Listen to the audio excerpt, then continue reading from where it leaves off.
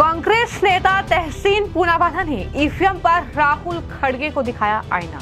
तहसीन पूनावाला का खुलासा, भारत के खिलाफ साजिश रच रहा सैयद सूजा पर यूएपीए के तहत दर्ज होगा केस। ईवीएम के खिलाफ साजिश, दुष्प्रचार करके जनता को भड़काने वाले सैयद सूजा को लेकर लगातार चौंकाने वाले खुलासे हो रहे हैं। सैयद सूजा के इस षड्यंत्र को कामयाबी दिलाने के लिए कांग्रेसी इकोसिस्टम ने इस दावे का खूब प्रचार प्रसार किया, जिसके चलते उनके खिलाफ एफआईआर दर्ज हो चुकी है। अब इसको लेकर कांग्रेस पार्टी के नेता प्रवक्ता तहसीन पूनावाला ने उन विपक्षी और कांग्रेस नेताओं को आईना दिखाया है जो सैयद सूजा के दावे को मोहरा बनाकर ईवीएम पर लगातार सवाल उठा रहे हैं। दरअसल सैयद सूजा का ईवीएम हैकिंग को लेकर जो वीडियो उन्होंने बनाया है और जो वीडियो लगातार वायरल हो रहा है, उसको लेकर अब तहसीन पूनावाला ने बड़ा खुलासा किया। उन्होंने बताया कि किस तरीके से 2017 में सैयद सूजा ने मुझसे भी संपर्क किया था और तहसीन ने यह बताया कि उसने दावा किया था कि वो ईवीएम हैक कर सकता है, लेकिन मुझे पता था कि क्या टेक्नोलॉजी है और भारतीय ईवीएम को कोई ऐसे हैक नहीं कर सकता। तहसीन पूनावाला ने जवाब दिया कि जब मैंने इसका वीडियो देखा तो मुझे समझ में आया कि ये आदमी बहुत खतरनाक है, ये कोई साजिश रच रहा है। तहसीन पूनावाला ने ये मांग की है कि चुनाव आयोग जो है वो दरअसल इसके खिलाफ यूएपीए के तहत मामला दर्ज करे। ये मांग तहसीन पूनावाला की तरफ से की गई है। सबसे पहले सुनिए, कांग्रेस पार्टी के ये नेता है, प्रवक्ता है तहसीन पूनावाला, और उन्होंने सैयद सूजा को लेकर क्या चौंकाने वाले खुलासे किए हैं और किस तरीके से ईवीएम पर जो हंगामा विपक्ष कर रहा है, खासतौर पर खड़गे और महाराष्ट्र में कांग्रेसी नेता कर रहे हैं, उन्हें बेनकाब करने का काम किया है। जरा सुनिए। ईवीएम को लेकर कई सवाल है, कई प्रश्न है, खास करके वीवीपैट को लेकर, और मुझे लगता है कि माननीय इलेक्शन कमीशन ऑफ इंडिया को उनका जवाब देना चाहिए। ईवीएम को लेकर जो कुछ प्रश्न है वीवीपैट को लेकर, मैं 2016-17 से मैं उठा रहा हूं और टाइम पर इलेक्शन कमीशन उनका जवाब भी देती है और वो वार्तालाप उनके साथ चालू है।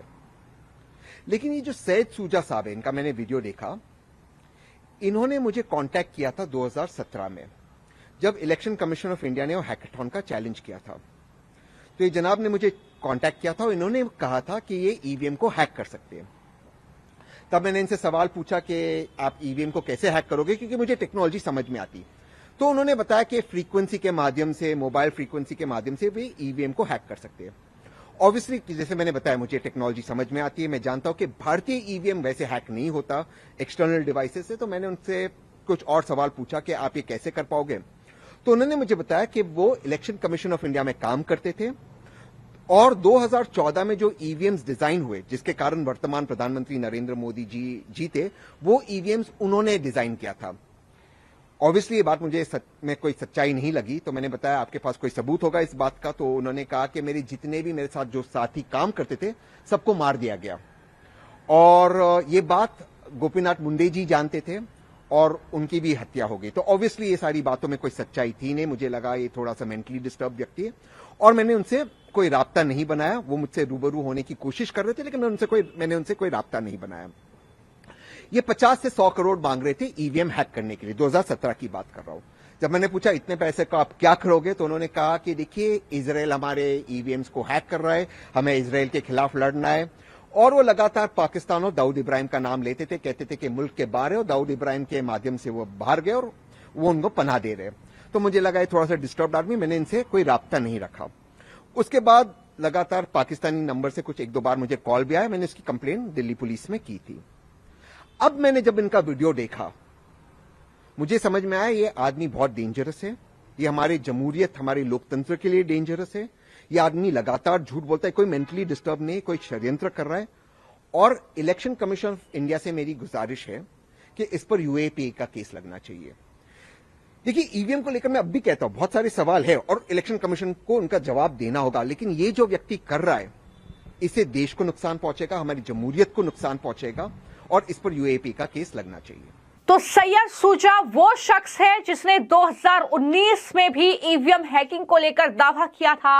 ये षड्यंत्र उन्होंने रचा था और बार बार ये षड्यंत्र रचा गया है। जब जब कांग्रेस पार्टी हारी है, ईवीएम हैकिंग के झूठे दावे उन्होंने पेश करके ये सनसनी फैलाई। लेकिन सबसे चौंकाने वाली बात यह है कि कांग्रेस पार्टी के कई नेताओं से लेकर पत्रकारों और कांग्रेस के इकोसिस्टम में जो लोग फिट बैठते हैं, उन्होंने इस फर्जी वीडियो को शेयर किया। इस फर्जी वीडियो में जो दावा किया गया है ईवीएम हैकिंग को लेकर, उसके बहाने उन्होंने सरकार पर हमला बोला, उन्होंने चुनाव आयोग को घेरा। और कहीं ना कहीं अब सैयद शुजा के इस वायरल वीडियो पर जो बात तहसीन पूनावाला ने कही है, वो जाहिर तौर पर कांग्रेसियों को पूरी तरीके से बेनकाब करती है। जहां हम लगातार देख रहे हैं कि महाविकास अघाड़ी की जो हार महाराष्ट्र में हुई है, इससे पहले हरियाणा में जो कांग्रेस बुरी तरीके से हारी है, अब ऐसा लगता है कि एक ही विकल्प उनके पास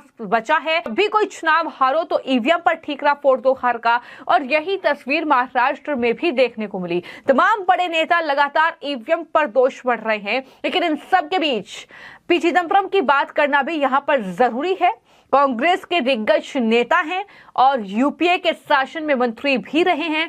उन्होंने दरअसल ईवीएम को लेकर जो बड़ा बयान दिया, उन्होंने ये साफ तौर पर कहा कि ईवीएम में गड़बड़ी की कोई गुंजाइश उन्हें नजर नहीं आती। यहां तक पी चिदम्बरम कह गए कि बैलेट पेपर में मेरे समय में गड़बड़ी हुई है, लेकिन ईवीएम में गड़बड़ी का कोई एक्सपीरियंस मैंने नहीं किया है, ये साफ तौर पर उन्होंने कहा। यानी कांग्रेस पार्टी जो कहीं ना कहीं एक जाल बुन रही है सरकार को घेरने के लिए, चुनाव आयोग को घेरने के लिए, और इस हार से पूरी तरीके से कह सकते हैं कि पल्ला झाड़ने के लिए, लेकिन खुद ही अब उस जाल में फंसती हुई नजर आ रही है कि सैयद शुजा कोई एक आम इंसान नहीं है। वो चेहरा है जिसका इस्तेमाल बार बार भारत के खिलाफ किया गया है। सवाल बस इतना है कि क्या कांग्रेस के ही कुछ नुमाइंदे हैं जिनके जरिए सैयद शुजा का इस तरीके से इस्तेमाल किया गया? क्या राहुल गांधी और कपिल सिब्बल की जो मुलाकात की खबरें चल रही थी वो सच थी सैयद शुजा के साथ? इस तरीके से बार बार जो सवाल है वो कहीं ना कहीं कांग्रेस पार्टी के इर्द गिर्द ही रहे हैं, क्योंकि सैयद शुजा ने जो वीडियो जारी किया है, जिसे कई यूट्यूबर्स से लेकर कई एक्टिविस्ट ने शेयर किया, और इस वीडियो में सैयद शुजा दावा करता है कि वो ईवीएम को हैक कर सकता है और चुनाव परिणाम अपने पक्ष में मोड़ सकता है। शुजा ने फ्रीक्वेंसी आइसोलेशन और स्पेसिफिक एप्स का इस्तेमाल कर 281 में से 288 सीटों पर चुनाव परिणाम नियंत्रण करने की बात कही है इस वीडियो में। इतना ही नहीं, उसने ये भी दावा किया कि वो 52 से 53 करोड़ के बदले ईवीएम को प्रोग्राम कर सकता है। लेकिन अब तो तहसीन पूनावाला ही ये कह रहे हैं कि कोई भी दरअसल ईवीएम को हैक नहीं कर सकता। वो टेक्नोलॉजी को भली भांति जानते हैं, और इस तरीके से ये सैयद शुजा जो है वो झूठ फैला रहा है। 2019 में भी झूठ फैलाया, एफआईआर तब भी दर्ज हुई, एफआईआर आज भी दर्ज हुई।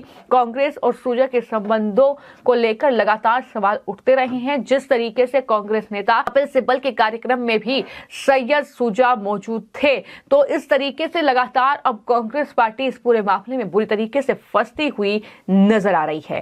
आपकी इस पूरे मामले पर क्या राय है, जरूर जवाब दीजिएगा, और यह भी बताइएगा कि क्या आपको लगता है कि जो आईएसआई का एजेंट तक कहा जाता है सैयद शुजा को, उसका कांग्रेसी नेताओं से कोई कनेक्शन है? क्योंकि जब जब चुनाव होते हैं कांग्रेस हारती है, सैयद शुजा कोई वीडियो वायरल करता है, इस तरीके से ईवीएम में हैकिंग का दावा करता है और कांग्रेस पार्टी उसे सर्कुलेट करती है, तो क्या कोई कनेक्शन आपको लगता है कि इस तरीके से सामने आ सकता है? इस पर भी अपनी राय जरूर साझा कीजिएगा। धन्यवाद।